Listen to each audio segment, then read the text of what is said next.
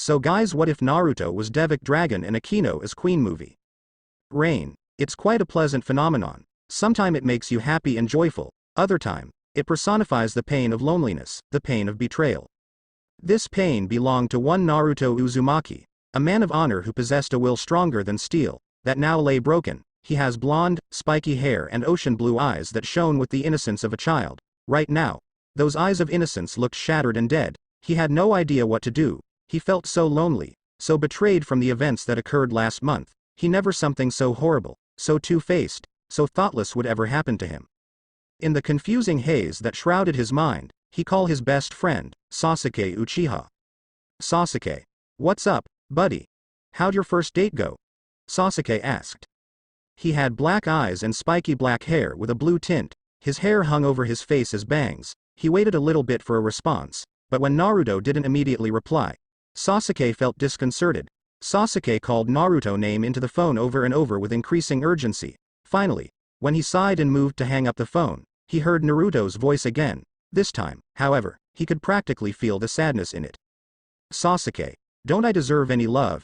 At that point, Sasuke knew that something had gone horribly wrong. He had known Naruto since their childhood years. Their mothers were best friends before Naruto's family perished 12 years ago. The poor child had issues trusting anyone but Sasuke after the funeral happened, but in recent weeks, he had shown signs of improvement. Naruto, where are you? Sasuke thought Naruto would reply, but heard a crash, followed by a scream. The line cut off. Naruto? Naruto? Naruto, reply, damn it. Sasuke grabbed his jacket and moved to the door. Mother, I am going to Naruto's place. Before Sasuke's mother, Makoto Uchiha, could reply, she heard the door close. She sighed tiredly. She was a fair-skinned woman with long, straight black hair with bangs hanging on either side of her face to roughly frame her cheeks and black eyes. I am losing my handle on that boy. Her thoughts turned to Naruto. Naruto admired her as an aunt and she had called him son a few times, which Naruto didn't mind at all. Naruto, what has happened to you that made Sasuke ran out of the house in such a hurry? Wherever you are, I hope you're okay. As Sasuke ran towards the place of Naruto's date, he called Naruto's cell again, to no avail. That didn't stop the Uchiha as he kept trying again and again, but when he reached the place, which was really near to Issei's home, he saw Naruto's phone lying there. Well, that explained why Naruto wouldn't answer his calls, but he couldn't see said boy anywhere. Plus, it had started to rain hard, so if Naruto had left the place of his date, where could he have gone to? He decided to look for him, calling his name and checking out different stores. About half an hour later, Sasuke heard someone singing a song. Recognizing the voice, he followed it. Soon he found a shelter of homeless people, sitting by fires, eating some bread and soup, cuddling with their families, or sleeping by themselves. After following the voice through the crowd, he found his best friend singing a lullaby for a small child. Their parents sat there, watching their child sleeping soundly in Naruto's arms. After finishing his lullaby, Naruto placed the child on a sleeping mat. The child's parents looked at him with teary eyes and bowed their heads. Thank you so much for saving our child. We are in your debt, young man, the mother spoke. Naruto protested this gesture. Please, stop this. I am way younger than you, so please don't bow to me. To be honest, I don't like seeing someone bow to me. But you save our child from a horrible accident. It's only right to thank the savior properly, the father insisted. I know, but still I don't like it. You are older than me and I feel awkward when someone older than me bows to me. Well then, how can we thank you? I did what anyone with a kind heart would do. Just help someone in need. That would be more than enough to thank me. This child, he's more mature than the average adult. I am sorry. I'd like to help more if your little bundle wakes up, but I have to go. You could at least wait for the rain to slow down. It'll be fine. My best friend's probably worried sick about me, so I have to head home quickly, Naruto said as he reached into his pocket for his phone, only to find it missing. Oh man, Sasuke's gonna kill me. No, I won't kill you. I'll just kick your ass, Sasuke said as he walked in front of Naruto. Believe me, it'll be unlike any other ass kicking you've ever received. Side start praying. Oh yeah. One more thing. Naruto knew that he'd get it good from Sasuke when they got back, but what else could he say to make it worse? Mom wants to talk to you as well. Well, you can't hurt me if you can't catch me. Naruto cried as he immediately left the shelter and tore off down the streets. Sasuke scoffed with a relieved smile and ran after him. How strange, the couple thought. Naruto sprinted down the streets and put as much power into his legs as he could. However, no matter how fast he ran, Sasuke caught up in a matter of minutes. He jumped, grabbed him by the back of his street, placed a foot against the small of his back, and they both fell. Naruto just lay there, staring blankly at the rainy sky. Sasuke noticed this, and so he grabbed Naruto by his collar and forced him to stand.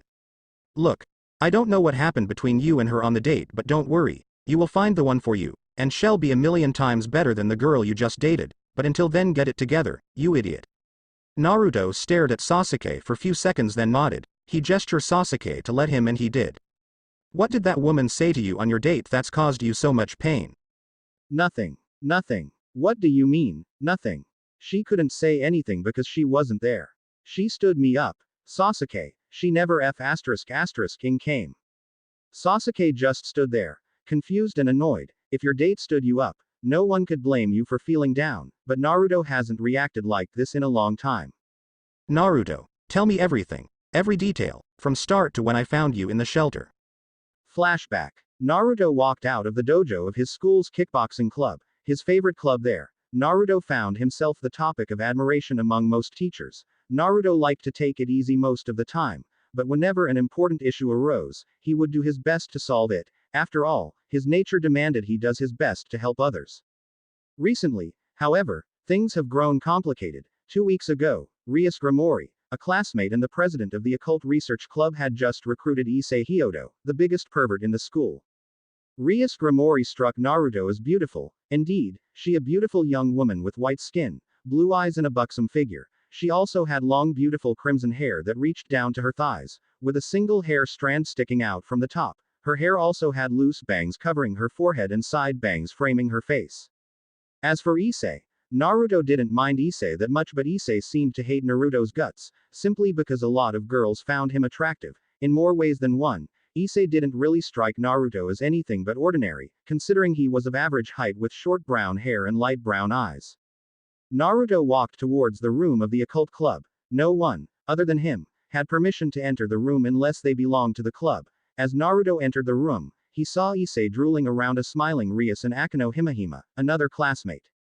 Like Rias, Akeno was a beautiful young woman with a voluptuous figure around the same age as Rias, with very long black hair and violet eyes. She usually had her hair in a long ponytail that reached all the way down to her legs, with 2 strands sticking out from the top and sloping backwards, with an orange ribbon keeping it in place.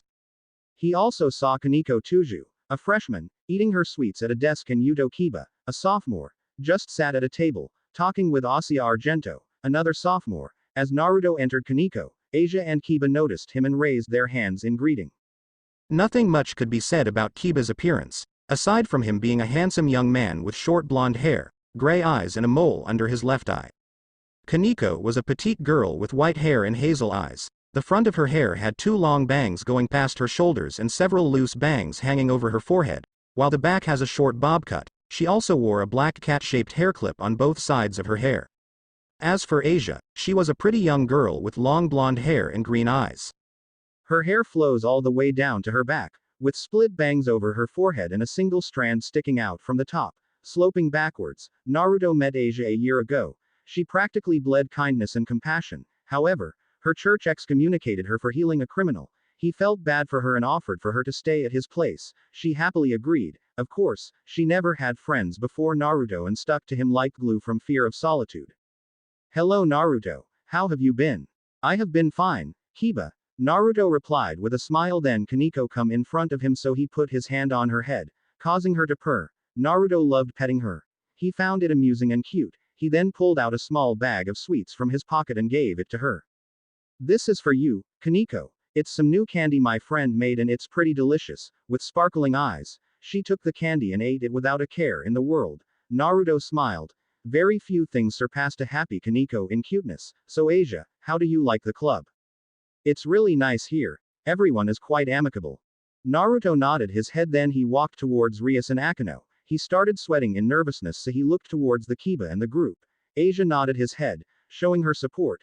Kiba gave him a thumbs up and Kaneko, well, she continued to eat her candy happily, but when Asia nudged her, she nodded quite enthusiastically, earning a chuckle from Naruto. Hey there, Naruto, what's so funny? Naruto nearly fell as he heard Rias' voice. He turned to her. nearly melting from the look of adorable curiosity on her face. N nothing important. Rias. Unfortunately for Naruto, Rias had her eyes on Issei, who had taken to flirting with Akeno. Well, if you counted drooling like a dog in heat flirting. What is it? Well, there's this new anime film that just released and I wanted to know, would you go out with me to see it? He waited for her to reply and she nodded her head and said yes. He thought that she said yes to him, so he jubilantly gave her the location to told her head wait there. She probably wouldn't miss it, considering it took 5 minutes to get there from Issei's house. He walked to the door with a notable spring in his step and bade the other three farewell. As he walked out, Kiba and Kaneko looked at him in concern as well as Asia, who also worried deeply for her fellow blonde. Unbeknownst to Naruto, Rias hadn't directed her affirmation to him. Naruto knew that Rias hasn't listened when he spoke with her. His mind told him to let her go to avoid heartbreak because she didn't want him around. However, her heart had faith in her and told him that she would come. 1 week later, today made Naruto as happy as a clam. Today, he and Rias would spend the day together. He sat down on a bench in the park where he and Rias would meet and waited, and waited, and waited. She never came as the hours passed on by. Clouds covered the stars as Naruto slept on the bench where he continued to wait. He woke up when he felt someone's hand on his shoulder. He thought that Rias had finally came but deflated when he saw that a child, around 4 or 5, had woken him up. He looked back at the child who eyed him curiously. "Did you wake me up?" The kid nodded his head. "You will catch a cold, mister, if you sleep here like this." Naruto looked at him with curiosity but nodded his head. The kid started to walk away from him but Naruto called for him to stay a bit. The child gave Naruto a chance to catch up and bend to his level. "What's your name, kid?" "Jin Kariya," the boy said while grinning. "What's your name, mister?" "My name is Naruto Uzumaki." The kid stared at Naruto for a few seconds before bursting into laughing. "Your name is Fishcake." A vein in Naruto's head throbbed as he grew angry. "It means maelstrom, you little brat." "Hey, my name is Jin, not brat." Naruto smiled at him, then he grabbed a piece of chocolate from his pocket and gave it to the boy known as Jin. "Have this, Jin, and thanks for waking me up." Jin happily grabbed the chocolate and walked away. Naruto then looked at his wristwatch. 10 o'clock. He had just wasted an entire day waiting for someone who never came. As much as it pained him to admit, he made a grave error in judgment when he trusted his heart over his brain. Rias wanted Issei. The boy Naruto disliked, not him. When she first introduced Issei to Naruto as a member of her club, he didn't like the idea at all, but for the sake of Rias, he tolerated him. Well, a fat lot of good tolerance did him in the end. As Naruto walked towards his home, he took a shortcut. After a minute had gone by, he stumbled onto a group of thugs who decided to hinder an old man. "Come on, geezer, give us all the money you have and I promise we'll let you go."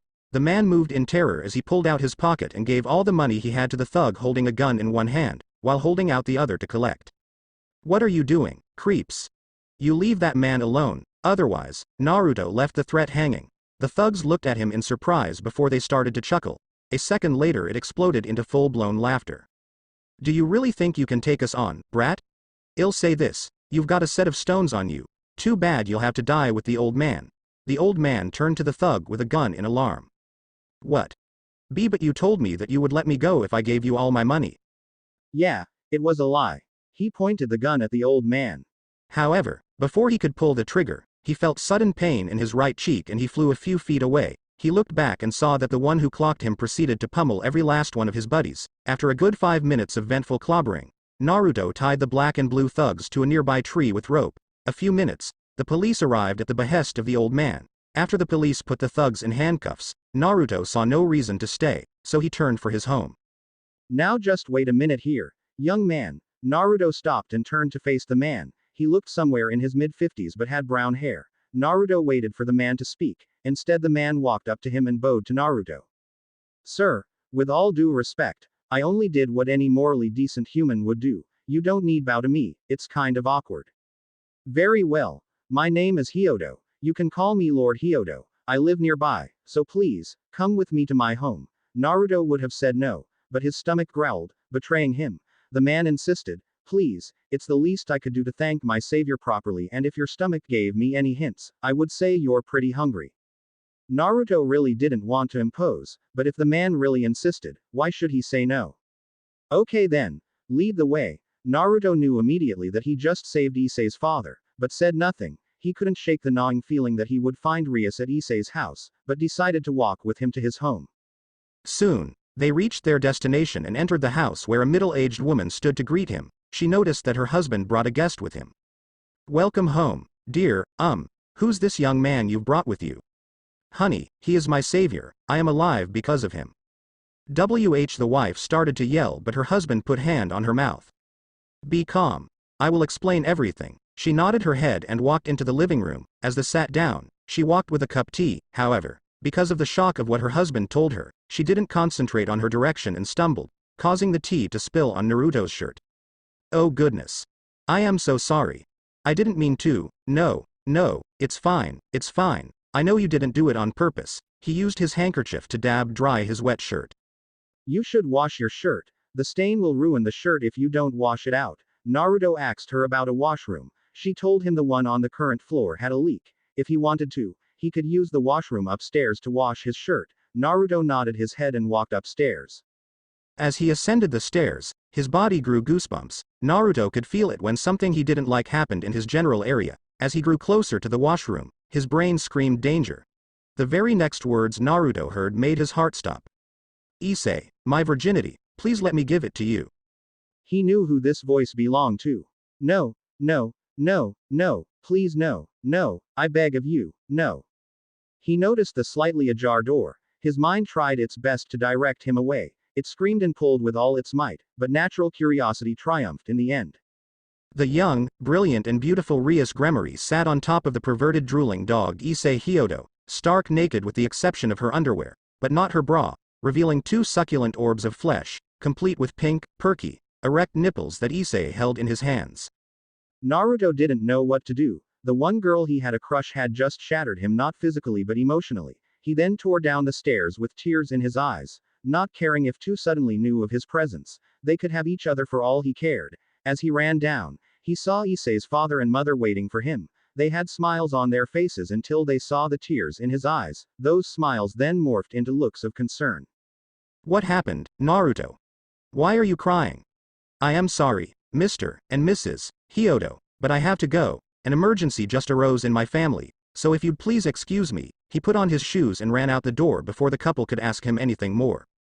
Naruto ran and ran and ran. He had no ideal destination in mind. He had intended to propose to Rias today, only to find that she didn't love him. She loved someone else. He couldn't bear this pain. It hurt too much. He just kept running with a burning desire to let go of this burning pain in his stomach. The pain of betrayal. As Naruto ran, the rain started to pour. Naruto didn't mind. It helped hide the tears running down his cheeks. During his running, he slipped and fell. He did nothing but lay there, motionless. Then after some time, he balled his hands into fists and slammed them into the thankfully soft ground over and over again, crying out in anger, pain, and sadness. When he finally looked up, he found himself in the exact park where Rias had agreed to meet him at. He lay there for some time, but then he got up and started to walk, no destination in mind. At that point, with his thoughts in a jumble, he called his best friend, Sasuke Uchiha. As he talked with Sasuke, he saw Jin Kariya, the same kid who he met at the park. Before he could speak, the kid called his name and dashed towards him. Suddenly, before he could reach Naruto, a car came roaring down the street at uncontrollable speeds.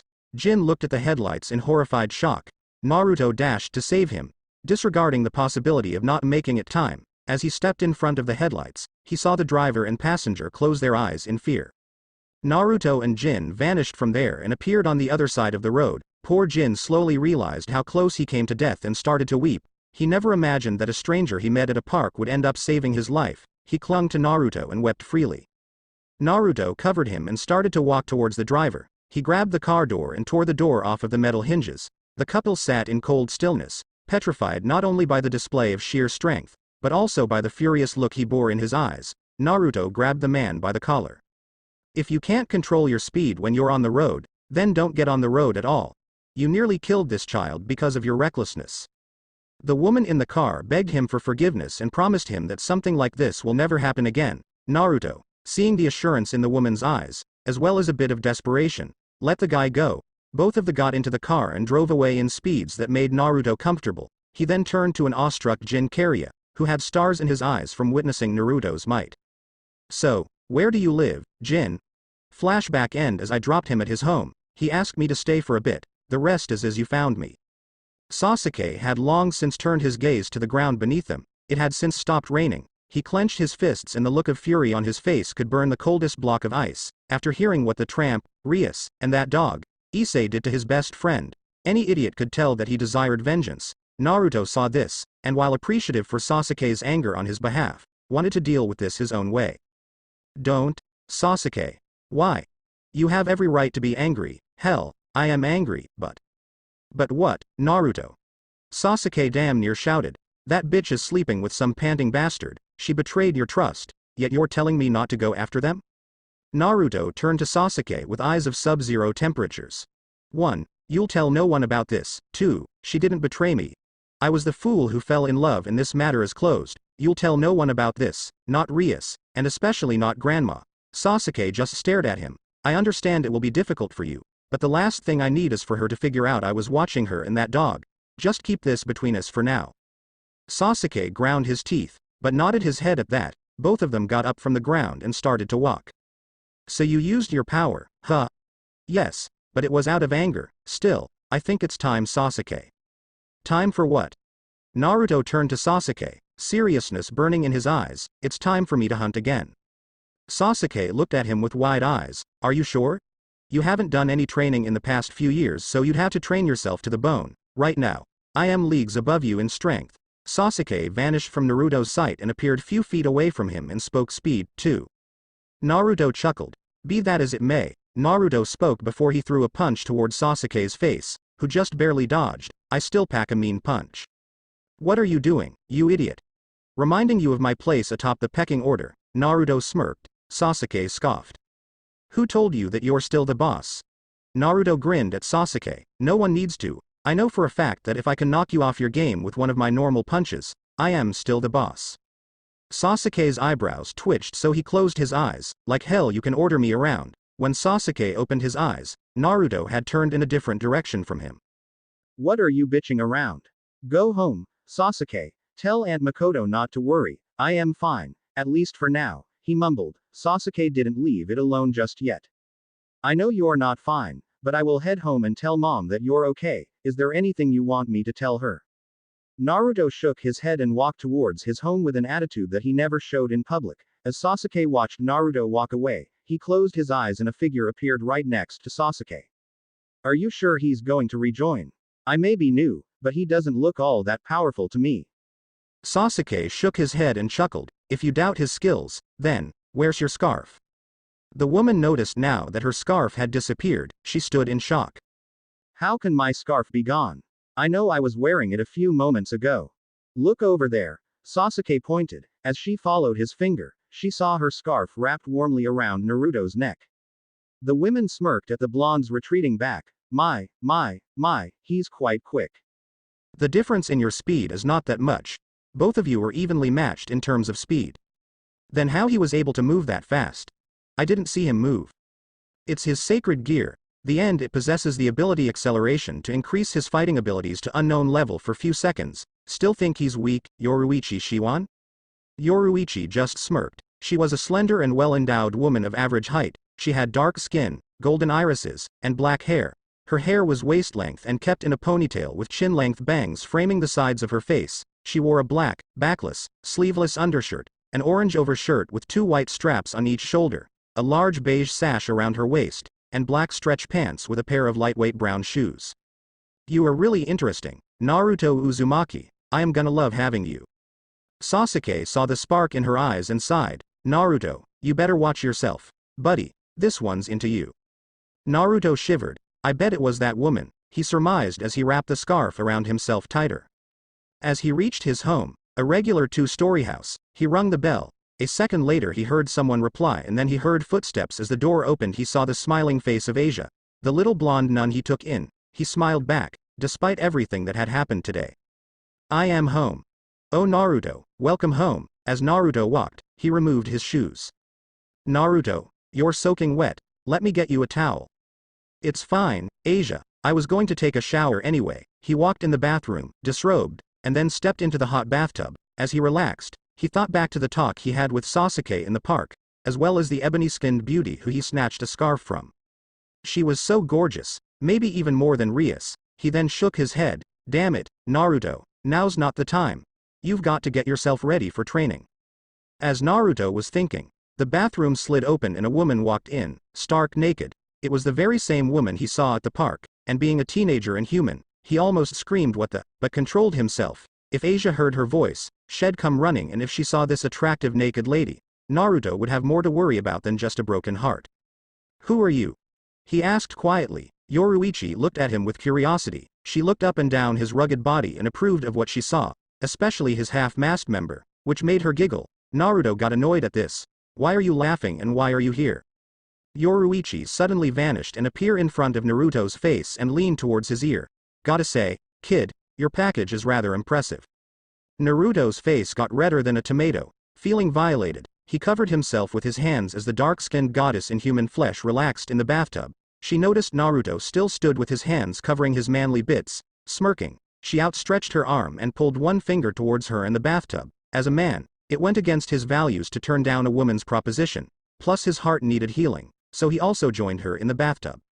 Yoruichi moved her legs around Naruto's masculine chest, enjoying his callous abdominal and pectoral muscles. The graceful and rapid patterns of her legwork drove Naruto close to the edge. She then started to press her boobs on his right hand and her right hand slowly moved all over his body. She had also intertwined her legs with his. Naruto's grip on his composure continued to loosen and loosen, so she moved towards his face. Yoruichi could feel it just as well as she could see it. Her lips were so close to his. Even the slightest movement of their head would result in a kiss. It took everything Naruto had not to lose himself to the temptation of this deadly seductive woman. He thought of an awkward moment he experienced with Rias and Akeno, and then all the memories came rushing to him like a flood. These memories caused Naruto pain, but they also reinforced her stand against the temptation. He bowed his head slightly and her lips met his forehead instead of his own lips. When he looked back up, he separated himself from her. She looked shocked and a little hurt, but inside she felt impressed at the sudden control over his carnal desires. Why did you pull back? Don't you find me attractive? Don't you want to play with me? She pouted cutely, and fondled her breasts. Naruto stared at her for a while. Certainly, Yoruichi had a figure most women would kill for, but if Naruto were to surrender himself to the desires of what lay in between his legs, he'd be no better than that dog Rias favored over him. Yoruichi, anyone, including women, could fall for your beauty, but it's not right. I could tell. You were in the park for some time, so there's a good chance you heard me and Sasuke talking. Hell, you probably heard everything that happened to me today. Yoruichi nodded her head. If we do something like this right now, how different would I be from that drooling mutt who the girl I had a crush on ultimately gave herself to? Yoruichi nodded again in understanding, but with noticeable sadness as well. I would like it if we could start off as friends, and one day, when we know each other well enough to know whether or not we want each other, and something like this happens again, I'd be thrilled to do this with you. Yoruichi was surprised at that but gave him a sly smile. Well, you're certainly not the usual boy. Fine, not today, maybe not tomorrow, but I will make you mine, you cute little Adonis. She exited the bathtub, dried herself off, and clothed herself. Before she left, she gave him a peck on the cheek and a wink before vanishing in a flash. Naruto released a sigh of frustrated relief. Before today, he would never have so much trouble controlling himself. In a few minutes, he also emerged from the bathtub, changed into his nightwear, and he called his grandmother. Hi Granny, it's me, Naruto. Oh Naruto dear, how are you? I am well. Granny, how are you? Oh, your grandmother is fine, but you never call me at this time of the night. Is there a problem? It's not really a problem, more like an announcement. I was thinking of coming back to the hunters, Naruto said. Dear, I told you when you left that a light would always be left on for you, but if you're going to get back into that lifestyle, it's going to require some very intense training. Naruto smirked at that. I wouldn't have it any other way, Granny. Well, I'll be waiting for you, son. Anything else I can do? There was also another reason I called you, Granny. Well, what would that be for? I have a friend living with me. If I leave, she'll have to live alone for some time, and she has a bit of a difficult past. Could you send someone to live with her for a while? I am planning on enrolling her into the academy tomorrow. Okay. I will send someone to take care of her for some time. Thanks Granny. You're the best. You're damn right, and don't ever forget that. With a few chuckles, they both hung up. Naruto walked out of his room to see Asia watching TV in the living room. He walked towards her. Asia noticed Naruto was coming and created space for him to sit. Do you feel okay now, Naruto? Yeah Asia, I am fine now. Why, did you think I wasn't well? You looked quite blue, not to mention you walked all the way home in the rain, so I thought. Naruto sat down and put an arm around her shoulders and rested his cheek on her head. Thank you for worrying about me, Asia, but I am better now, I promise. I am glad to hear it, Naruto. Asia smiled. Suddenly, her head began to ache, but she ignored it. Naruto knew why she felt pain in her head. After all, he saw everything with his own 2 eyes. It seemed like only yesterday he met her for the first time and saved her from some fallen angels. Flashback. Naruto, who felt quite upset, continued to walk with his vision the ground beneath his 2 feet. Now, what put Naruto in such a bad mood? Well, if you saw the guy who hated you the most standing beside the girl you loved the most, you'd be upset too. He had quite a few qualms about Issei joining Rias' occult research club, but none that Rias would listen to.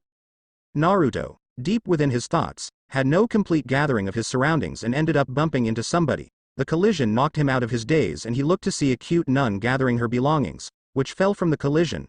Naruto fell to a knee and gathered her belongings for her. Sorry about that, he said. Let me help you. Oh, it's all right. I am not hurt.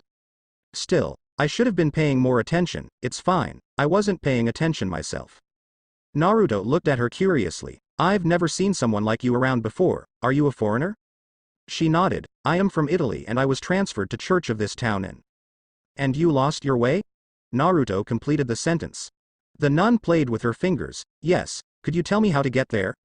Naruto had never been inside the church, but the girl asked in such an innocent manner, it would have pained him inside to deny her. As both of them walked beside each other through the park, they decided to get to know each other by making small talk. I am new here, but luckily I met a kind young man. This must be a god's will. Naruto just smiled at that, but in reality he didn't like the god's part. Yeah, you might be right. Suddenly, they heard the cry of a child. The nun saw this and ran towards the child. It was a boy who had taken a rather nasty fall. When the nun saw his injury, she immediately began to heal him. Naruto stood, shocked at the young nun's ability to heal. This girl has the sacred gear, twilight healing, huh? Yet, she got transferred to the abandoned church. How strange. When the nun finished healing the boy, she turned towards Naruto, small bit of shame evident of her face. I am sorry. I just instinctively helped him. Naruto shook his head. No, don't worry. You helped someone who needed it, it's not a problem. They both started to walk towards the church again, but Naruto never left the nun's ability to heal alone in his mind. How strange. I've never met anyone with the sacred gear of twilight healing. What else could she be trying to hide? I must have surprised you, the nun said quietly. Naruto shook his head. Not surprised, but you definitely have a great power. Indeed, because this power was given to me by the gods. Naruto understand the meaning behind her words. She wants to help everyone, but with great power comes a great burden. The greater the power, the greater the burden. They continued to walk until they saw the church and the nun pointed it out. That's the church, mister. Thank you so much for helping me. Would you like to come with me? Naruto saw the dilapidated church and didn't want to stick around any longer than he had to. But when the nun asked him to join her, he nodded his head again, while cursing his inability to say no to cute girls. The both walked with silence. Once they reached the door, Asia invited him inside for tea, but Naruto respectfully declined, but not without promising to have tea with her the very next time they met. The nun's face brightened considerably. All in all, this meeting brought joy to both their spirits. Before Naruto departed, he extended his arm and spoke. My name is Naruto Uzumaki, but you can call me Naruto. The girl also shook hands with Naruto. My name is Asia Argento. It's really nice to meet such a kind man when I first come in Japan. Well, thanks for the compliment, but it's no problem. I love helping my friends. That comment surprised Asia. This man, a man who she met literally a half hour ago, already called her his friend. Are you sure? Asia asked with a bit of hope in her eyes. Absolutely. Anything for a friend of mine. He removed his charm from his neck, took Asia's hand, and placed it inside. This was given to me by my grandmother. Now, I think you should have it. If you ever need my help, just take the charm, place it in your hand, call my name and I will be there. This gesture of friendship and trust overwhelmed Asia. She had just met this man and yet he had placed so much trust into her. She didn't know what to do, what course of action to take, so she did the one thing that felt right. She gave him a big hug. The sudden display of affection surprised Naruto, but he relaxed and gently ran his fingers through her long, blonde locks. Asia's tears continued to fall, not from sadness, but from the joy she felt from making friends with such an ingenuous person, on her first day in Japan, no less. After some time she separates herself and she was embarrassed of her actions, so she bowed to him. I am really sorry, it's just, I was so happy when you called me your friend so. Naruto put his hand on her head, it's okay. I understand how it feels to be alone. Before Asia could ask about anything, he waved at her and started running in a different direction. Asia also waved at him and she walked inside of the church. Next day, Naruto, once more, walked around the park. This time, however, his mood had taken a turn for the worse. He had an argument with Rias that hadn't stayed within boundaries. That damn pervert, Issei, had tailed him and kept tabs on him. He told Rias that Naruto was walking around with another girl. When Naruto confirmed it, this made her angry, but when he pointed out she had recently spent much more time with Issei, she became angrier. Rias Queen also didn't like Naruto making Rias angry either. Naruto, not wanting to say or do anything had regret, left the club room and paced around the park a few times, muttering things along the lines of damn pervert and pretty, red-headed hypocrite. As Naruto continued to pace, as fate would have it, he encountered the blonde little nun from yesterday. Asia, how are you? And what are you doing here? Asia hadn't counted on meeting Naruto until a time came where she really needed him, but she welcomed his presence happily. Hello, Naruto, I am well. Today's my day off. Naruto could tell when someone spoke a lie, and Asia just did, but he didn't want to press it. Say, why don't we grab a bite? Naruto grabs her hand and they walk to a small ramen shop. Naruto's desire for ramen made him a preferred customer there. To Asia, she had no idea how to eat ramen. Naruto saw the confusion and proceeded to show her how to eat using chopsticks. She gathered a small amount of ramen with her chopsticks and ate it. Tears came to the female blonde's eyes as she tasted ramen for the first time. Naruto saw this and slightly panicked. Do you not like it? If so, don't force yourself. Asia wiped her tears. No, it's really delicious. It's my first time eating with a friend. It just feels really nice. The chef overheard Asia's comments and chuckled. After the two blondes finished their meal, Naruto put his hand in the pocket, but the chef dismissed it. Don't worry about it, my boy, this one's on the house. Really? Naruto asked. Stunned, of course, Naruto, because you brought such a nice girl along. Both of them blushed a little bit, but Naruto shook it off. Thanks a bunch, Gramps. See you later. Asia felt unbelievably joyful. She had just arrived in Japan, and already she met someone as wonderful as Naruto who had become her friend in just a day. And now she had just had a free lunch with said friend. Asia felt inexplicably content with herself. It made Naruto glad to see Asia happy. She looked absolutely pure of heart, but at the same time, he knew that she knew of her current affiliation. He knew that the fallen angels had a hold of Asia. Asia. Asia was humming as they were walking, but she stopped humming when Naruto called her name. Yes, Naruto? You seem to be quite happy today, Naruto stated. Asia's cheerfulness increased. I am happy because it feels like my dream will come true. Naruto also becomes curious of her dream. So. And what, if you don't mind me asking, is your dream? To make many wonderful friends like you and plant many different kinds of flowers with them. That is my dream, Asia responded, with the sun shining upon her back. Naruto couldn't say a word. He didn't know what to say. This sweet and kind girl only wanted to make plenty of friends. He swore to himself then and there that he'd be with her every step of the way. I am sure you will make lots of friends, Asia, and every new friend you make, I'll promise I'll be there for you. Asia's eyes watered a bit from happiness. This is only their second meeting. Yet she already felt safer around him and she couldn't ignore the warm feeling she got when she drew close to him. Suddenly, Asia stops smiling and looks down at her feet. What happened, Asia? Are you not feeling well? Asia shook her head. Naruto, my powers. What do you think of them? Naruto didn't expect this question but answered nonetheless.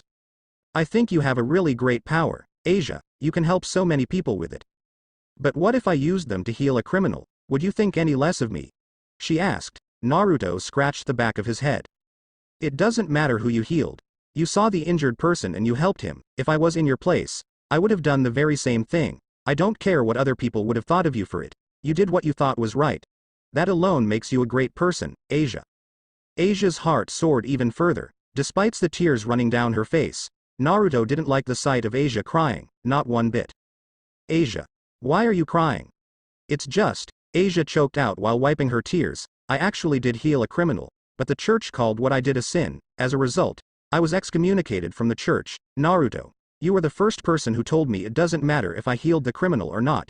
You're the first person to look at what I did and not call me a sinner. Naruto's heart ached. He brought his fellow blonde into a warm sudden contact surprised Asia. Don't worry, Asia. I will never call you that and it doesn't matter who you become in the future. I will make your dream reality, that's a promise. She had tried to stop crying when Naruto brought her in, but when he made that promise, the waterworks ran again. Naruto then noticed someone with a medium level of dark angelic power was watching them. He noticed that the perverted dog was also watching them but he focused on the bigger power and it looked a bit familiar so Naruto broke the hug. Asia, wait here, I'll be back in a minute. She nodded her head and Naruto started to walk towards public washroom. As soon as Naruto left, Issei walked in front of Asia and started gazing at her. The staring made things really awkward for Asia but Naruto told her to wait. She trusted Naruto and whenever she needed him, she always had the charm he gave her. How do you know Naruto? I met him yesterday when I lost my way to the church I was working for until recently. Anyway, he helped me to find it and he also told me I am his friend. Are you a friend of Naruto's? She asked. Curiosity in the last part of the question. A glint appeared in Issei's eyes. That's right. I am Naruto's friend in fact. I am his closest friend. Asia, happy to get know one of Naruto's friends, especially his apparently closest friend, smiled brightly. My name is Asia. Who are you? Issei snapped himself from his erotic fantasies. My name is Issei. He intended to make more conversation but their conversation came to an abrupt halt by someone.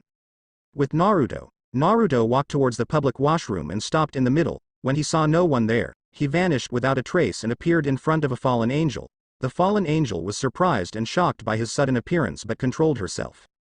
Naruto stood on one of the pillars and his eyes narrowed at the fallen angel in front of him. An attractive young woman with violet eyes, she had long black hair down to her hips, her large bust betrayed her slender form. What are you doing here, Rainier? Rainier jerked her body towards the voice but when she saw who stood before her, she felt tremendous amount of fear. Why wouldn't she? The man who stood in front of her was the man she feared the most. The same person who killed her subordinate who wanted to have fun with human women. She gulped loudly. I want to ask you again, Rainier. Why are you here? Answer quickly and honestly. Rainier cursed her bad luck for having someone like Naruto appearing in front of her at such a time. She knew she couldn't fight him. Shed die. I am here for that nun. Why? Because, she is our subordinate so I was here to take her back to the church. You mean the same church that excommunicated her? Sorry, but no. Asia will be living with me from now on and if you have any problems with that, then by all means, go tell Azazel that Asia is now under my protection and if anything happens to her, there will be consequences. Rainier could do nothing but nod. He nodded in return, internally grateful for the opportunity to end things without bloodshed. Naruto suddenly felt a sudden spike of power and it was coming from Asia's place. Of course it couldn't end without bloodshed. Why would it?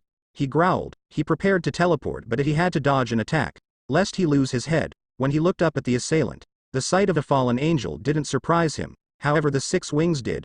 Rainier immediately recognized the newcomer and shouted in protest. Master Kenta, please don't attack him. Why not? I have 6 wings and am much more powerful than you. Naruto jumped on the ground and calmed himself then he got into his stance. Why are you attacking me? It's quite simple, really, we want that nun's sacred gear. Naruto's hair shadowed his eye and a white aura began to cover his form. So you plan to take her sacred gear away from her? Indeed, we will rip it out of her and use it for ourselves, but before we kill her, we just might. The fallen angel couldn't finish his sentence because a punch with the concussive force of a boulder went straight to his chest. Kenta couldn't say a word. He could only choke on the blood pooling in his throat as his heart ceased beating. He stared at Naruto, realizing too late why his subordinate begged him not to fight. With a splash, his body fell into a fountain, lifeless and growing cold. Naruto looked at Rainier with unimaginable fury. If you even dare to touch her, I will erase your existence. Rainier looked at him with fear. She could do nothing other than nod as she vanished in a hurry. Naruto vanished from there and appeared where he left Asia but he saw that Issei had a few wounds. He ran towards Issei who yelped at Naruto's sudden appearance, but if Naruto's appearance startled him, then the look of fury he gave to Issei would haunt the pervert's nightmares for days. Where is Asia? Issei couldn't possibly tell him that a fallen angel had taken her, had never believed him or if he did, had more than likely beat him into oblivion for not doing more to protect her, so he started to walk away, avoiding the question. Naruto obviously wouldn't have it and grabbed his shoulder, causing him to wince. I asked you something, Mutt. A girl was sitting here, where is she now? I don't know, what are you talking about? What girl? I didn't see any girl in a non-outfit. I didn't say she was wearing a non-outfit. Issei cursed himself for his ability to say the wrong thing at the wrong time, especially to an already absolutely livid Naruto. Said Blonde grabbed Issei by the throat and proceeded to squeeze mercilessly. You're trying my patience, Mutt. Now tell me where she is. She was kidnapped. A middle-aged man came out of nowhere, attacked us, and took her with him. Issei strained to say, his face slowly transitioning from blue to purple. Naruto relaxed his grip, causing Issei to fall to the ground unceremoniously. The brunette coughed as he tried to bring in as much air in and out of his body as he could. Which way? What do you mean? Which way? Which way did the man? Who took her? Go, you imbecile. Issei almost soiled his pants, but quickly pointed in the direction where the man took Asia. Naruto turned back towards Issei with murder in his eyes and growled. One scratch on her body, and the very next time I see you, unless Rias can stop me, I will kill you. With that, he dashed off in the direction Issei pointed in, leaving the brunette to collapse in utter fear. Later, after a few hours of searching, he sensed Rainier. Without any delay, he teleported to her location. What he saw should have shocked him, but it did. She lay on the floor of a church building.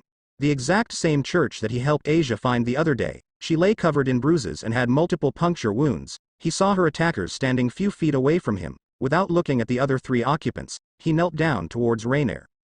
What happened, Rainier? With all the strength her battered and bloody form could muster, she turned to see who had come to her side. Despite the shock, she answered him. The nun you befriended, Asia, they took her. I did my best to stop them, to no avail as you can see. She took a break in her speech to cough. You're strong, you have to stop them, before they extract her gear. When he heard the words extract and gear, he became stupendously furious and his body started to emit a white aura. Naruto got to his feet slowly and started to walk towards the three fallen angels, who got into fighting stances. They stood ready to attack, but when they saw into his eyes, they froze in fear. Their bodies refused their command and could do nothing but wait for Naruto to attack, which he did. He vanished from his spot and, in an instant, the male of the three fallen angels felt his skull shatter with a single punch. The unfortunate fallen angel flew right out of the church, soaring hundreds of meters away, crashing through trees and rocks, but he came to a stop when his lifeless carcass crashed against a giant boulder.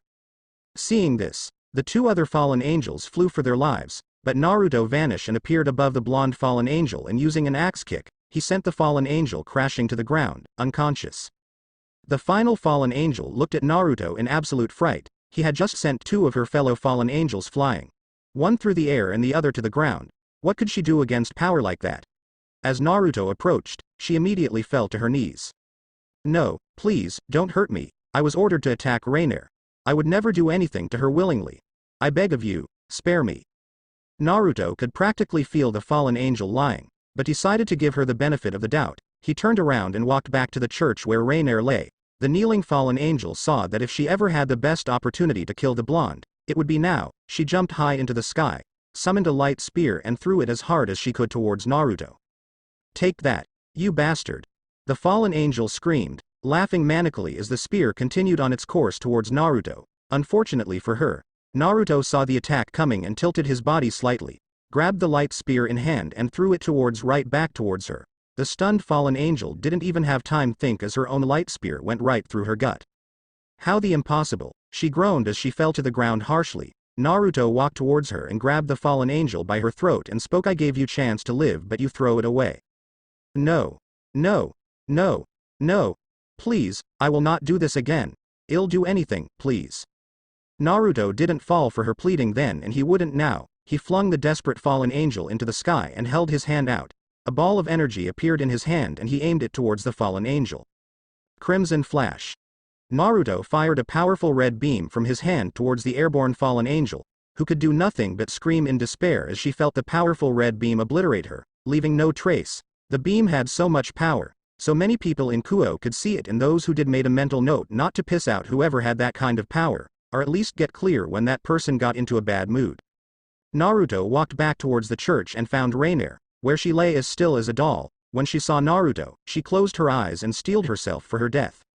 A death that would not come that day. She felt her strength returning and her wounds healed at a rapid pace. She opened her eyes to see that Naruto had his hand above her chest and his hand was glowing green. She turned her pouting face away indignantly as her cheeks gained a brush of pink.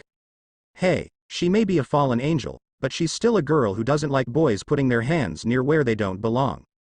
Naruto's hand stopped glowing and he moved his hand away. Rainier, if I didn't know you, I'd more than likely have killed you in my rage. Please don't be as difficult as that mutt from earlier. Tell me where they took Asia. As Rainier looked into Naruto's eyes and saw desperation, not unlike that fallen angel who had just obliterated, but a lot milder in comparison, Rainier sighed. She's being held at our hideout. We need to hurry. It's almost time for the ritual. We? Naruto asked. You don't know where it is, dummy, so I have to take you there. Gee, Rainier, thanks. Naruto smiled graciously. I am not doing this for free, dummy. I expect you to pay me back. Also, I am determining when. Rainier snapped, poking her finger into Naruto's chest. Well, Kuo wasn't made in a day, Naruto thought, but nodded his head and both of them teleported to base of the Fallen Angels, also known as the Sanctuary of the Fallen.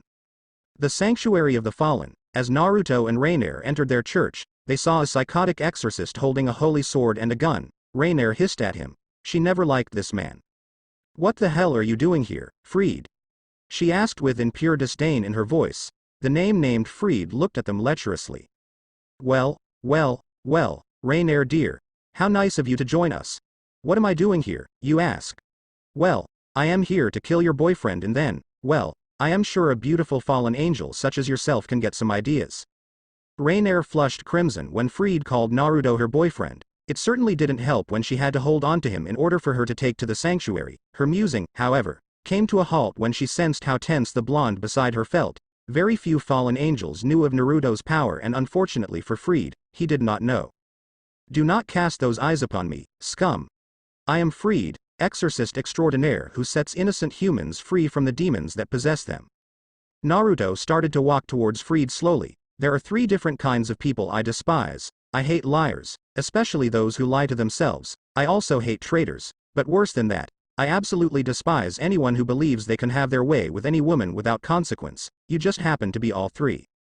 Naruto suddenly vanished from his view and kneed him in the right side of the face. The force caused so much pain that Freed knew pain and only pain. He flew to the other side of the room and crashed against the wall, slumping down from the wall, satisfied with the sight of an incapacitated liar, traitor, potential rapist unconscious. Naruto focused on rescuing Asia. The fallen angel and blonde descended to the basement when they saw Asia. Her head slumped down as chains bound her to a cross. A fallen angel with 6 wings turned to them with a maliciously triumphant look on her face. Well, you actually arrived. Good. I was starting to get bored. This little bitch kept going on and on. Oh, Naruto will make you regret this. And Naruto's not gonna let you get away with this. I've heard of fangirls, but come on. This brat has it ingrained in her head that you're here Prince Charming. Well, your white horse wasn't fast enough. The ritual has already been completed. Naruto suddenly appeared in front of the fallen angel and punched her in the gut with earth-shattering force. She crashed into the wall behind her and spat out blood at her spine bent forward. Naruto destroyed the cross and caught Asia gently. Asia, please say something. Anything, he called desperately. He wanted to hear her voice again. Asia slowly opened her eyes and when she saw Naruto crying, she felt sad for making him cry. Naruto looked towards her as she called his name. She smiled adoringly at him. I am sorry, Naruto, I wasn't there when you returned. Naruto looked at her with concern and shock. How can she be concerned more about me than her own self? Naruto hugged her tightly. It's not your fault, Asia. I was the one who was late. I should have gone back to you faster so this wouldn't have happened. Damn it, Asia, I am sorry. Naruto groaned as more tears came down his cheek. Asia raised a free hand to wipe the water from his face. Don't be, Naruto. You were my first friend and you accepted me, despite the fact that we were strangers only yesterday. I regret nothing, because I got to see my first friend, my best friend, again. Her hand slipped from her face and fell to her side as her body relaxed. Naruto's eyes widened from shock. Asia, the girl he had come to care for so much in such a short amount of time, gone. The fallen angel floated towards Naruto, holding her stomach as she landed in front of him. She held a light spear as she snarled at the distraught blonde. Cheeky brat. You dare raise your hands against the mighty Diane. The crime you have just committed will receive no forgiveness and the penalty is death. With a cry, The fallen angel named Diane hurled her light spear at Naruto, who could not move due to his shock at Asia's death. However, just before the spear could pierce his heart, a second light spear intercepted the one thrown by Diane, causing them to explode safely away from the blonde. The explosion snapped Naruto out of his shock. He looked towards Rainier, who stood surrounded by many exorcists. Naruto, don't just kneel there dumbfounded. Why do you think we came here in the first place? Snap out of it. Naruto, with renewed determination, wiped the tears and looked towards Diane with pure anger. He then collected Asia in his arms like a bride and leapt towards Rainier. He looked directly into the eyes of the fallen angel, who blushed slightly and shuddered under his powerful gaze. Rainier, why yes. Take Asia and get to cover. He handed Asia into Rainier's arms. Rainier looked at the blonde and sighed. Naruto, you better make sure come back alive. I need to cash in on the deal we made, remember? Naruto nodded, then Rainier flew away from the area. Naruto turned towards Diane and glared coldly at the fallen angel. How could you have done something like this to someone as kind and credulous as Asia? She came here to find friends who would accept her. Friends? Oh ho ho ho ho ho ho ho. You are a funny one, you know that? I could care less what that spineless twerp wanted. All I needed was her sacred gear. Now I can heal myself over and over no matter the injury. So you had her kidnapped, beaten, and murdered, just so you could have her sacred gear? Naruto asked coldly. Memories of his time with Asia flashed before him as his hair shadowed his eyes. But of course. As Diane uttered those words, she felt a huge rush of power heading towards her. Diane closed her eyes because of the sudden force, but when she opened her eyes, the sight of a muscular Naruto covered in a yellow aura stunned her. Naruto glared at Diane intently, making her balk. He disappeared and Diane could do nothing to stop the kick aimed for the left side of her face, sending her crashing back into the wall Naruto had sent her earlier. I despise people like you the most. You have this ingrained belief that you're entitled to the power we hold in our bodies. Diane, was it?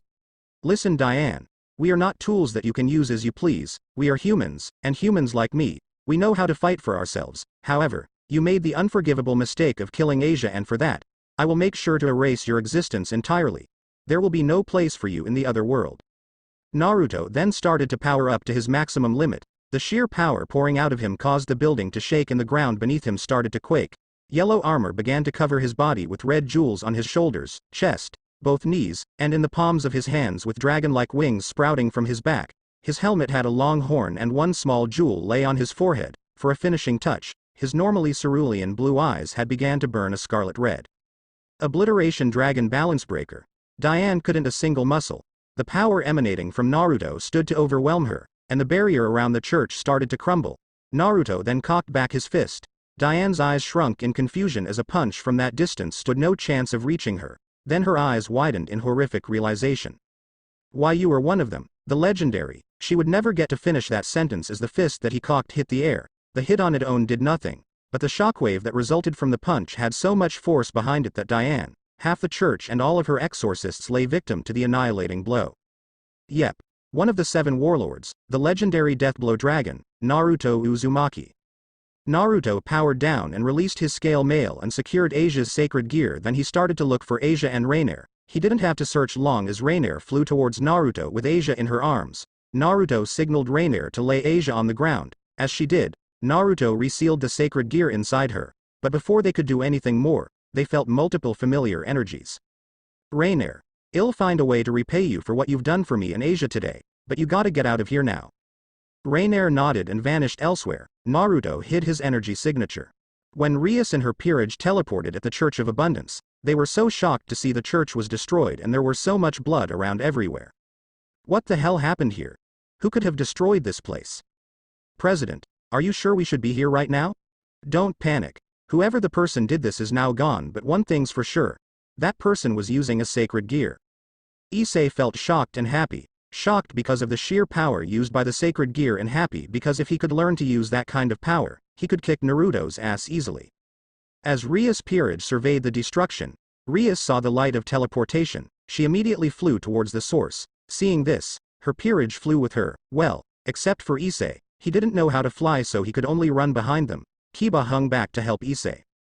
Soon enough, they reached their destination. However, when Issei saw who lay on the ground, he paled in fear. For an instant, he could see himself dead by Naruto's hands, but then he looked towards Rias and spoke. President, it's the same girl Naruto was hanging out with the other day. That revelation surprised Rias a bit, but she didn't let it show. She turned towards Asia and pulled a chess piece. The bishop. President, what is this? This is a bishop piece. With this, I will revive her as a devil and add her in my peerage. But, President, why are you reviving her? I thought you didn't like it when Naruto was hanging out with her. Yes, that is true. I didn't like her when Naruto was hanging out with her, but her healing abilities could come in handy for us demons. Oh my, President, I am not sure if that's the only reason why you're reviving her. What the hell are you talking about, Akeno?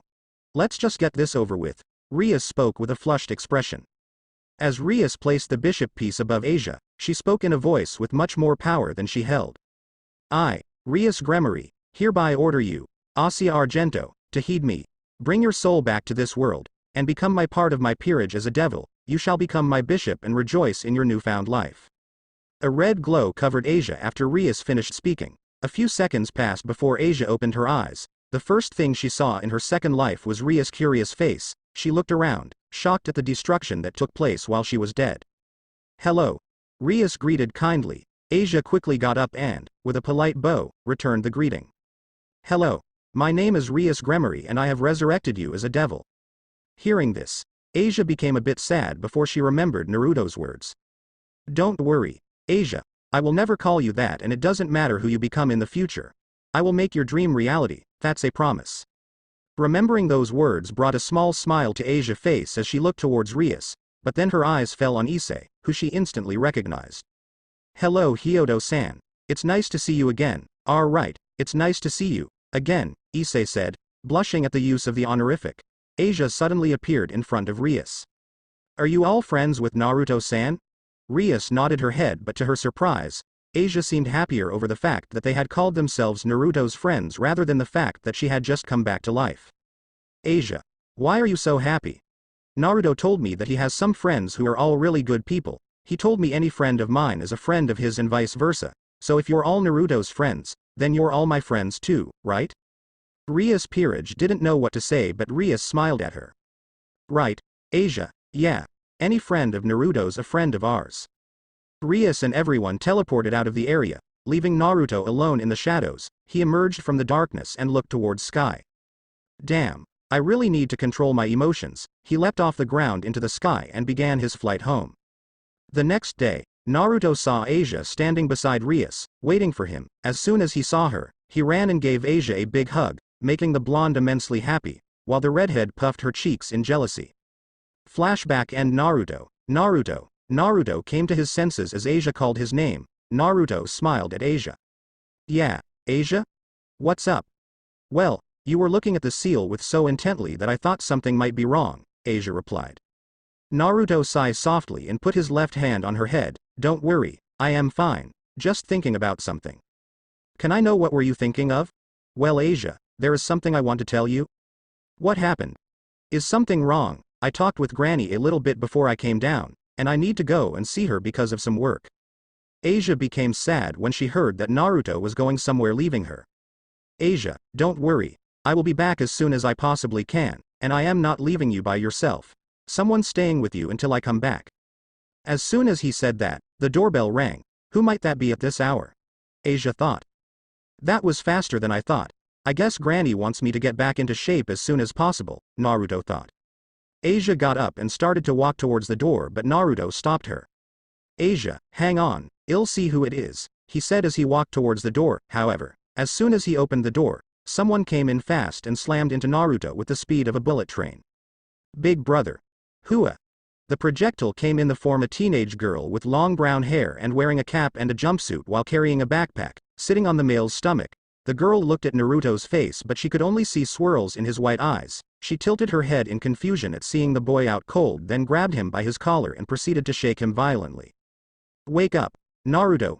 Wake up! Wake up! Seeing this, Asia stepped forward and put a stop to her poor friend's torture.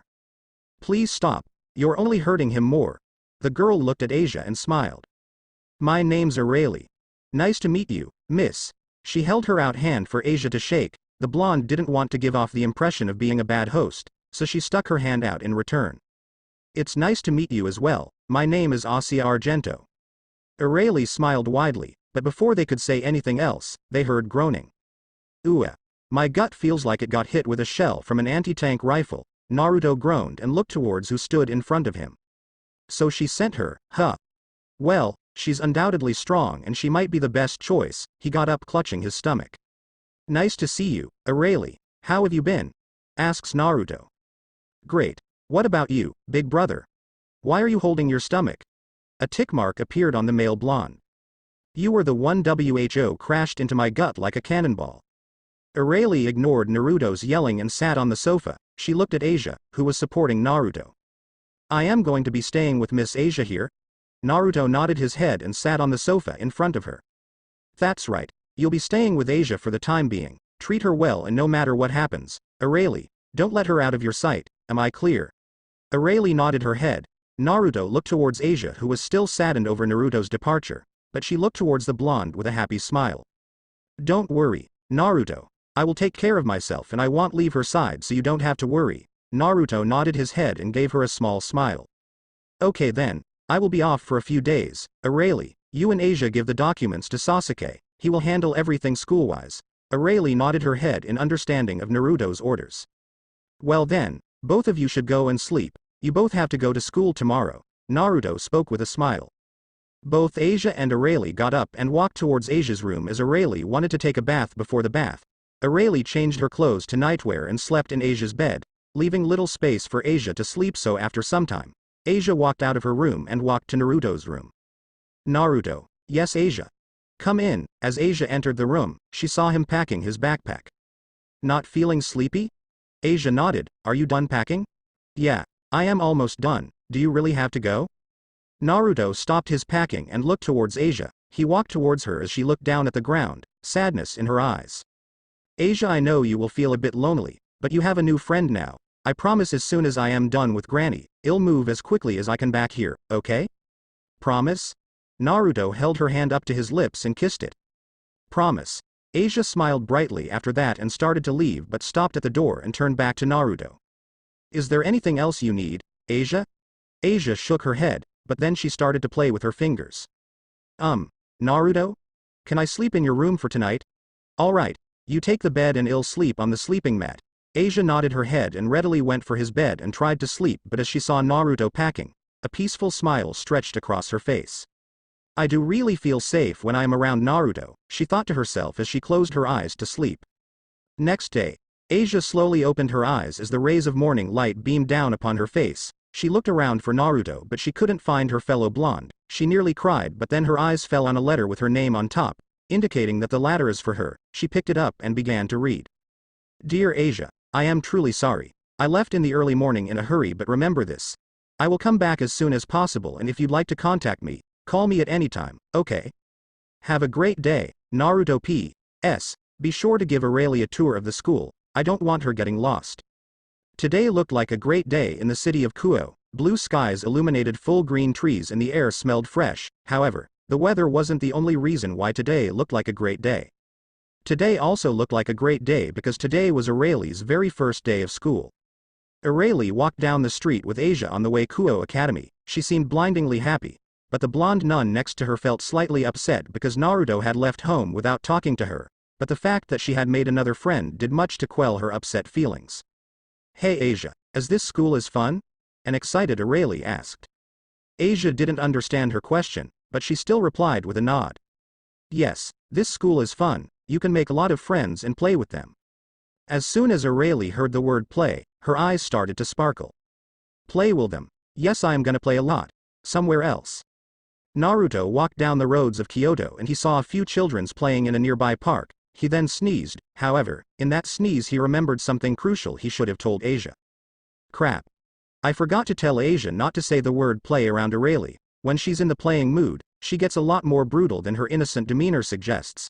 He shivered as he remembered the last time he had to play with her. Well, I can't do anything, but hope Sasuke can handle it. He's probably gonna kick my ass harder than he threatened last time. Hell, he may even kill me. Naruto chuckled as he continued his stroll. With Sasuke, Sasuke was still angry about last night when Naruto told him everything, but he controlled himself enough to put it aside, especially considering the fact that he had no time to feel angry when he saw Arale with Asia. He immediately started to sweat. That useless little loser. Why didn't he tell me about Arale? If I survive this, the next time I see him, he's dead. Sasuke's train of thought crashed as he suddenly felt pain in his gut. It felt like someone had shot a cannonball right at his stomach. Sasuke. Everyone in campus stood in shock. The school's idol, the prince of Kuo Academy, got knocked unconscious by a girl a third his age and half his height. The girl on campus were furious at Arale for getting close enough to touch him. All the boys were angry at Sasuke because as soon as they saw a new hot chick, she ended up following Sasuke. When Arale called out for Sasuke, everyone stopped thinking for a second. Wake up, big brother. Wake up. Wake up. All boys and girls except Asia gave a sigh of relief when they heard Arale call Sasuke her brother. Sasuke awoke with stomach pain similar to what Naruto felt when Arale met Asia last night. Why does she always do this? Sasuke thought, but then he felt someone sitting on top of him as he opened his eyes. He stared at a happy-faced Arale. He quickly grabbed her, moved her to a different direction and he got up. Sasuke dusted himself off and then looked angrily at Arale. Why do you always crash into me like that? I've told you around 1,000 times not to run at me like a missile. Seeing Sasuke get angry, Arale's eyes started to water. Shori big B brother. Seeing Arale's eyes watering caught Sasuke off guard a bit but he regained his composure. Look Arale, you should nt cry just because Arale's cheeks turned red, her lower lip began to quiver, and sniffles started to escape her. Sasuke, desperate to avoid looking like an asshole in the middle of school, pulled out his trump card. Arale, if you don't cry, I will treat you to ice cream. The moment he said ice cream, Arale stopped herself from crying. Can I eat as much I want?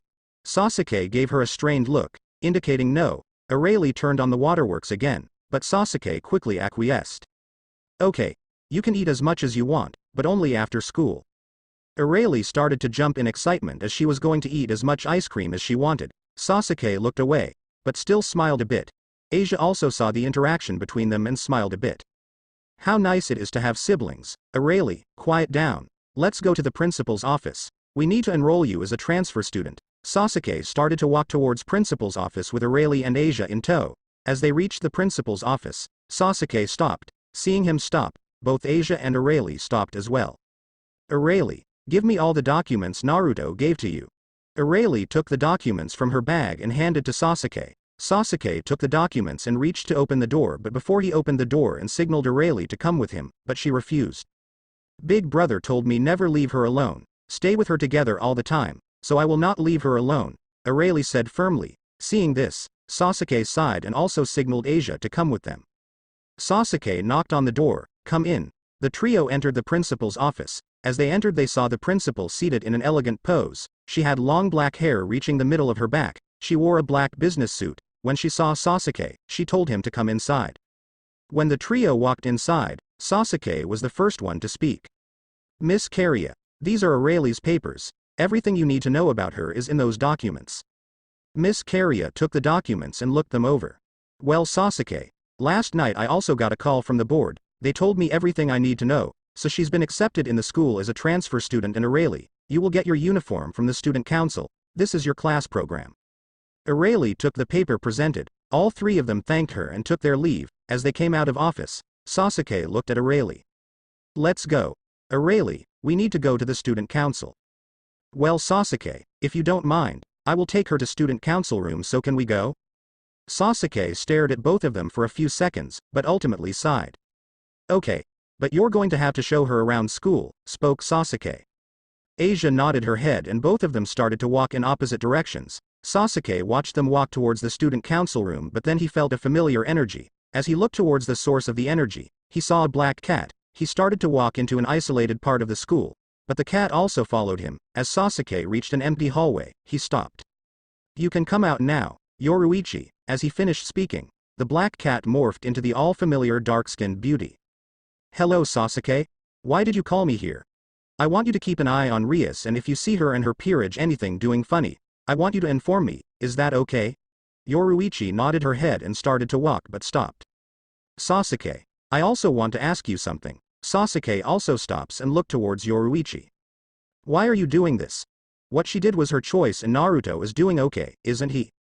Sasuke turned back to Yoruichi, suddenly angry. Doing okay? Doing okay?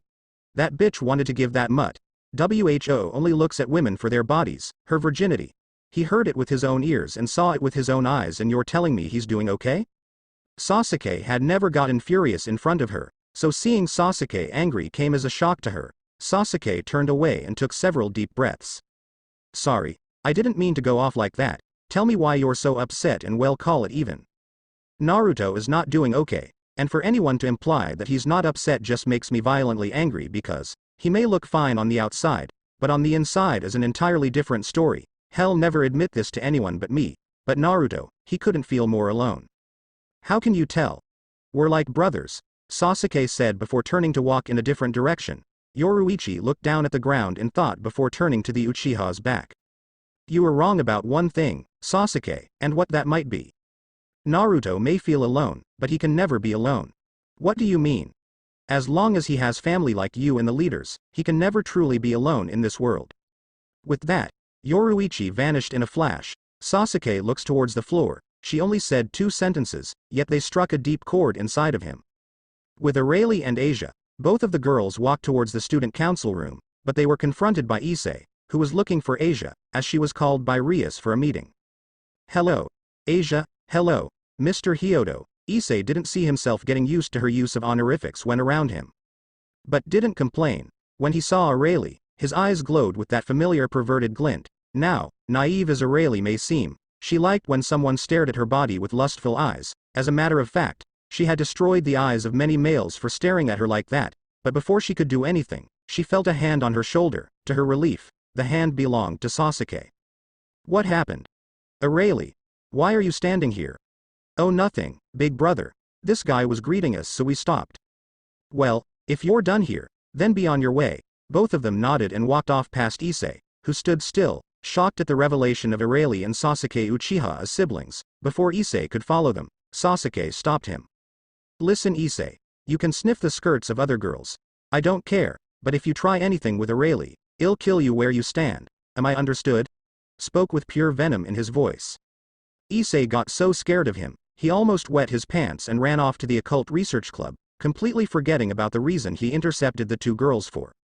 Occult Research Club room. Issei entered the club room with a scared face, but as soon as he saw Rias, he remembered the events of last night. Unfortunately, he wasn't able to proceed any further because some other chick interrupted them, but today he was thinking to continue where they left off. Unfortunately for him, the entire club was there as well. When everyone saw that Issei came alone with a frightened look, they looked confused. Issei, where is Asia? The Queen of Sadists asked. Issei looked at Asia in horrified shock. I forgot to tell Asia that she was called by the president. No. Rias, understanding the facial expression of Issei, sighed. She expected way too much from him, yet again. But then, the door opened and they saw Asia came inside, but to their surprise, she had brought someone with her. As both of them entered, they saw a purple-haired girl in the school uniform and with a figure comparable with Asia herself. Hello everyone, she is Arale. She came in Kuo last night and she is also our newest transfer student. She's a 2nd year and she is also Naruto's little sister. Everyone looked shocked, but none more so than Rias. Naruto's little sister? But he never told me about her. Issei was too shocked to even speak. First, he thought she was Sasuke's sister, but now he found out she is also Naruto's sister. He shook his head and turned to Asia. Asia, but I heard her also call Sasuke big brother. Well, that's true, she's like a surrogate sister to both of them. Oh then. Okay, I guess. With that bit of confusion cleared up, Issei backed down. However, Arale still felt anger as she felt Issei's eyes still on her. Her desire to crush his eyes nearly overwhelmed her, but before she could do anything, Asia introduced her club to her. Well, Arale, this is my club and these are all friends of Naruto. Arale smiled at that. I know them. That surprised them a bit. How? We never meet before, Rias asked, confused. When Naruto comes home, sometimes he shows me a picture of everyone. Okay. Then, Rias said as she understood that Naruto's granny might know about her as well. He is Kiba. She is Kaneko, Akeno and Rias, Arale pointed out gleefully. Rias gave a smile to Arale, who also smiled, but then Rias remembered why she wanted everyone in Orc in attendance. Arale, will you please excuse us for some time? We need to talk about club activities? No, Arale said simply. Why? Rias asked, confused. Big brother told me to never leave her on her own until he comes back from Kyoto. What do you mean by that? Rias asked, shocked. Arale tilted her head in confusion. What? When did he go to Kyoto? Today morning, Rias grew a bit miffed. He left, without telling me. But he said he will come back as soon as possible, Asia spoke. Rias turned to Asia, frowning deeply. So you knew that he was going to Kyoto? Asia nodded her head in approval. So you knew he was going to Kyoto, and you didn't tell me? Rias yelled furiously. I thought he might have told you last night after your date, Asia replied, scared and confused. What date? I haven't seen Naruto since last week. Kiba and Kaneko looked at Rias in shock, but none more so than Asia. She then understood why Naruto came home soaked last night, looking so heartbroken. Kiba saw this and understood that something horribly wrong had happened between Naruto and Rias last night. Kiba saved Asia from more prodding by the president. President, sorry to interrupt and no offense to Naruto, but we have more important things than his whereabouts to discuss. Rias got calmer but still held an angry expression and looked towards Asia. You can go for now, but I need to talk to you about this later, is that clear?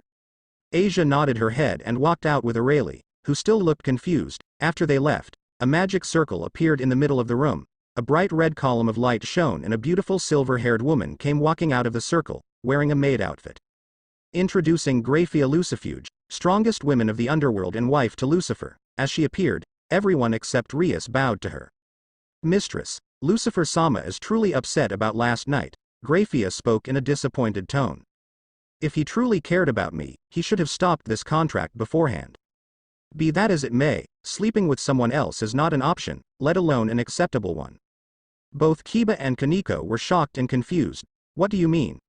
Kiba spoke, before quickly bowing his head. I am sorry to interrupt, but can you please explain to us what happened? Before Graphia could say anything else, another bright light sun and an orange teleportation symbol appeared. A pillar of fire hit the ceiling and a man walked out of the flame. He wore a maroon blazer and pants and a white shirt underneath his blazer. He had blonde hair. It's been a while I visited the human world. It's just as disgusting as ever, though. I suppose there's some good that comes with visiting this waste of a world. The man oiled as he turned to the president. My darling Rias Gremory, have you missed me? Who is this guy? Issei asked. This man is Riser Phoenix. A pure-blooded high-class devil, as well as the heir to the Phoenix clan, replied Graphia. Phoenix clan? He's also the fiancé of the Gremory clan's heiress. The heiress of the Gremory clan, but that would mean. Indeed, he is Rias' fiancé, clarified Graphia. Fiancé? After the shocking realization, Riser walked and sat on the couch with Rias. Her queen came with tea and offered it to Riser. He took a sip and exhaled in delight. The tea Rias' queen makes is as delectable as always. She did well when she made you her queen. The pleasure is all mine. As he was sat with Rias, he also played with her hairs and ran his fingers across her thighs, internally burning with disgust. Rias quickly stood up. Riser, how many times must I say this? I won't marry you, not even if you offered me the entire underworld. Riser simply chuckled and wrapped an arm around Rias' waist. How many times must I say this, Rias my dear? You don't have a choice in the matter. Rias glared daggers at him, but Riser kept his damning smirk on his face. Their aura began to dance against each other. Stop, Graphia commanded, and both of them separate themselves instantly. That's the strongest queen for you. You really scared me there, Riser spoke, slightly intimidated. Lord Searsex has ordered me to conduct this meeting in a peaceful manner, and if the mistress is still opposed to the contract, he announced only one possible solution. And what is that? Asks Rias. The rating games, Issei muttered. The winner of this game shall have anything they desire, no strings attached, announced Graphia. I have played many of these games and won them, while Rias doesn't have any experience. Well, it doesn't matter. Unfair to you as it may seem, I will win this game and make you mine, Riser oiled. Except for the fact that you want, because I am going to win. More importantly, my love already belongs to someone else, Rias declared, causing Riser to frown. Is that so? Well, who is this someone else? Is he here? Riser asked. No, he's out doing some work. Is he human? Yes. Then I will beat you first and pop your cherry right in front of his eyes before I pummel and delete this champion of yours. This set Rias off. She had no problem with people badmouthing her and her peerage, but no one talked to her about the boy she loved and got away with it. Graphia, seeing Rias' intent, stood in her way. Stand down, mistress, you are not allowed to fight him here, Graphia ordered. But he tried to threaten me. You can punish him all you want, mistress, but only at the rating games. Rias, just for curiosity, are they your entire peerage? There is still one member out doing her work, it doesn't matter. I have an entire set of 15. Another magic circle appeared. Purple and pink flower petals burst and out from the circle walked 15 attractive women, each wearing maid outfits with blank expressions on their faces. Well, what do you think, Rias my dear? Are they not beautiful?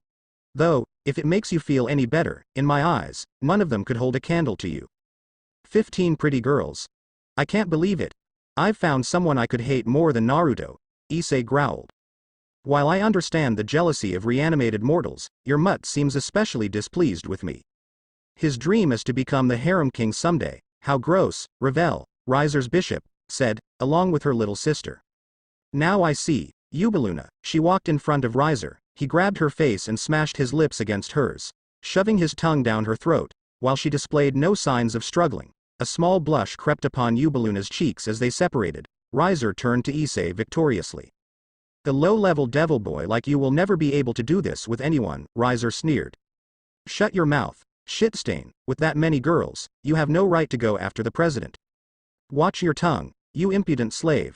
Without another thought, Issei lunged for Riser, but ended up flying into a table, destroying it in process. Riser walked in front of him and bent to mock Issei, who summoned his boosted gear. When he did, Riser saw something that made him pale in the face. Riser backed off in fear and started to walk towards his peerage. We're done here, but my lord, he badmouthed you, he should be punished. But when Ravel looked at him, she saw the same look in his eyes from 3 years ago. She discerned that either he saw the same person who almost killed him to get this much scared, or this kid's sacred gear reminded Riser of him.